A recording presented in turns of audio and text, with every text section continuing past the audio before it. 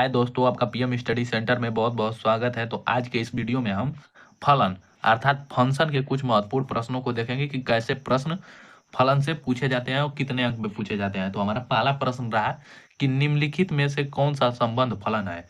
यहाँ पर हमारे 4 प्रश्न दिए गए हैं और इन प्रश्नों में से हमें ज्ञात करना है कि कौन सा संबंध हमारा फलन है और कौन सा संबंध हमारा फलन नहीं है। तो हमारा पहला रहा यहाँ पर प्रश्न कि यहाँ पर ये मंझला कोष्टक में है, यहाँ पर 1,1 ये जो है हमारा क्रमित युग्म है। क्रमित युग्म 1,1, 1,2 और 1,3 और 1,4। क्या यह एक संबंध फलन है? तो इसमें फलन में हम देखा जाता है कि फलन में यक्ष से y में फलन यक्ष से y में फलन तब होगा जब दो क्रमित युग्मों का पहला अवयव भिन्न भिन्न होगा, तभी वह फलन कहलाएगा।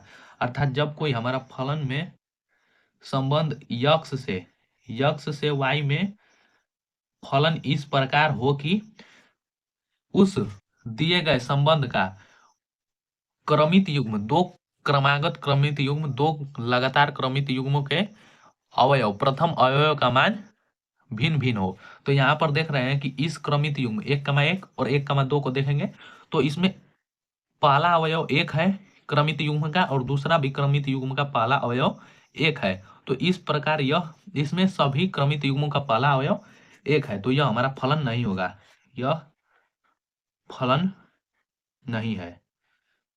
पहला जो है वह हमारा फलन नहीं है। तो अब दूसरा प्रश्न रहा हमारा पहला का कि क्या यह एक क्रमित युग्म है, यह संबंध हमारा फलन है। तो इसमें देख रहे हैं क्रमित युग्म a, b, c, c, d और d, c। तो इसमें हम देख रहे हैं तो इसमें क्रमित युग्मों का पहला अवयव भिन्न भिन्न है, अतः यह फलन है। यहाँ पर भी a, b है, यहाँ पर b, c है।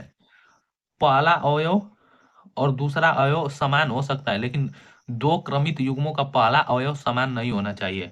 तो यह हमारा फलन है, फलन है। तीसरा को देख रहे हैं तो तीसरा हमारा यहाँ पर 1,2, 3,1, 1,3 और 4,1। क्या यह एक फलन है कि फलन नहीं है? तो यहाँ पर हम देख रहे हैं तो इस क्रमित युग्म को देखेंगे तो 1,2 है और ये इसके बाद ये हमारा तीसरा क्रमित युग्म 1,3 है। तो इसमें देख रहे हैं कि हमारे दोनों क्रमित युग्मों का पहला अवयव एक ही है, अर्थात इसमें भी एक है, इसमें भी एक है, तो यह हमारा फलन नहीं होगा, फलन नहीं है।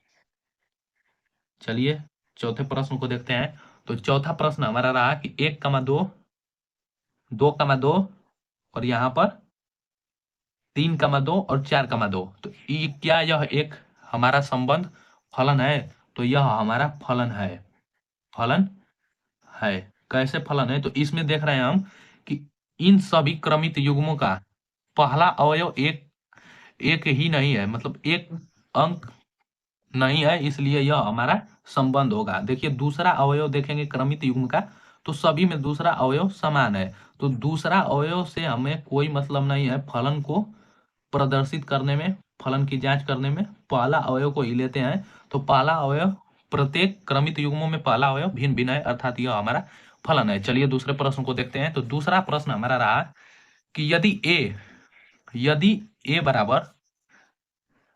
बराबर समुच्चय 0, 1, 2, 3 तो ज्ञात करो कि निम्नलिखित a से a पर फलन है या नहीं। यहाँ पर एक समुच्चय हमें a बराबर दिया गया है और यहाँ पर इसी से 4 प्रश्न दिए गए हैं और हमें इन चारों प्रश्नों को हमें बताना है कि a से a पर फलन है या नहीं। तो चलिए पहला प्रश्न रहा कि फलन f बराबर क्रमित युग्म 0,1, 1,2 और 2,3 और 3,0। तो क्या यह हमारा एक फलन है कि नहीं है? तो सबसे पहले फलन होने के लिए समुच्चय a का प्रत्येक अवयव फलन में प्रदर्शित होना चाहिए। a का प्रत्येक अवयव फलन जो है संबंध दिया गया है, संबंध का जो फलन है उसमें समुच्चय a का प्रत्येक अवयव मिलता जुलता रहना चाहिए। इससे बाहर गया तो यह हमारा फलन नहीं होगा। तो देख रहे हैं यहाँ पर पहला को, तो पहला हमारा 0,1 क्रमित युग्म 0,1 है, तो 0 और 1 इसमें दिया गया है। यहाँ पर 0 भी है तो 0,1 क्रमित युग्म हो गया। अब 1,2 दे रहा है तो 1,2 भी हमारा एक क्रमित युग्म है, तो ये भी हो जाएगा। तीसरा हमारा क्रमित युग्म 2,3 है, तो 2,3 ये भी हो जाएगा। और यहाँ पर 3,0 अर्थात 3 के बाद पहला अक्षर पहला अवयव 0 होगा तो 3,0। तो यह हमारा फलन है। क्या है? फलन है। चलिए दूसरे प्रश्न को देखते हैं। दूसरा हमारा दिया गया है कि फलन यह बराबर 1,0, 2,1, 3,2 और 0,3। क्या यह एक फलन है कि फलन नहीं है? तो इसे देखेंगे तो 1,0 मतलब एक के पहले वाला एक अवयव लिया गया है तो 1,0, और इसी प्रकार 2 का पहले वाला तो 2,1, यह भी क्रमित युग्म इसमें है। ये समुच्चय एक ही अवयव है। 3,2 भी है और 0,3 भी। तो इस प्रकार यह भी हमारा एक फलन है। तीसरे प्रश्न को देखते हैं। तो तीसरा प्रश्न यह बराबर 0,1, 1,0, 2,1 और 3,0। तो ये सभी अवयव हमारे समुच्चय ए में प्रदर्शित है, इसलिए यह हमारा फलन है। यह हमारा एक फलन है। चौथा प्रश्न रहा कि फलन यह बराबर 1,0, 0,1, 1,2 और 0,3। क्या यह एक फलन है या नहीं है? तो ये भी हमारा एक फलन है, क्योंकि जो समुच्चय ए दिया गया है उसमें यह प्रत्येक अवयव हमारा स्पष्ट दिखाई दे रहा है, अतः यह हमारा एक फलन है। तो इसी प्रकार फलन से क्वेश्चन बोर्ड एग्जाम में 1 अंक में पूछे जाते हैं और बहुविकल्पीय प्रश्न के रूप में ही अधिकतर क्वेश्चन पूछे जाते हैं फलन से। तो आज के वीडियो में बस इतना ही।